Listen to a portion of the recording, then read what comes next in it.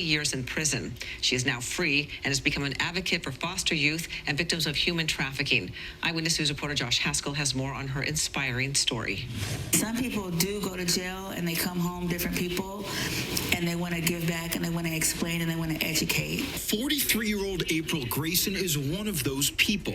Over the past 7 years since being released from prison, Grayson has advocated for formerly and currently incarcerated women, bringing attention to how they ended up in prison and why that matters. I was born in the system. I've never had parents of my own. I've never been loved correctly. Every adult that was supposed to take care of me somehow benefited or exploited or did not advocate for me. I stayed 4 months in juvenile hall based upon the fact that I didn't have a parent, not because I had done a crime. April Grayson was born in Los Angeles, but her mother was murdered when she was 3, and before the age of 18, Grayson spent time between 22 different foster homes and group home settings, enduring physical and emotional abuse. Grayson became a victim of human trafficking, carrying a gun to keep her safe on the streets, but those activities led to an arrest and a 20-year prison sentence at age 19. Grayson served 17 years. California needs to do better in how we're treating our children.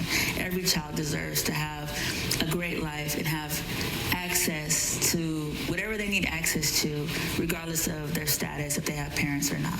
That's why Grayson has dedicated her life to reforming the system, and as a policy associate with the Young Women's Freedom Center, worked on California Assembly Bill 124, which was signed by the governor last year.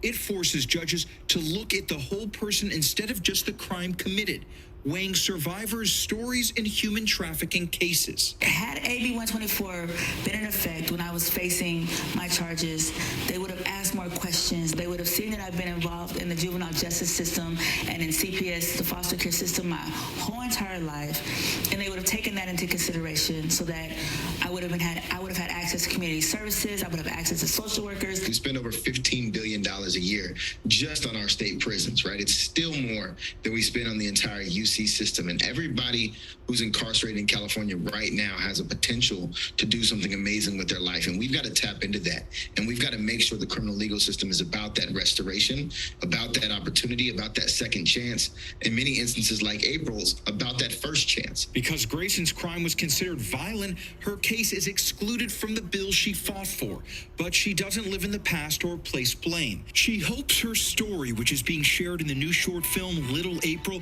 directed by Ben Lear and co-produced by Representing Justice, brings hope to those in the foster care to prison pipeline. April Grayson co-produced and appears in the film about her life, an experience she says helped her heal. Grayson hopes we get to a place where people realize that those serving time can be victims of trauma too. Josh Haskell, ABC 7 Eyewitness News. In Waterbury, Connecticut, a second trial is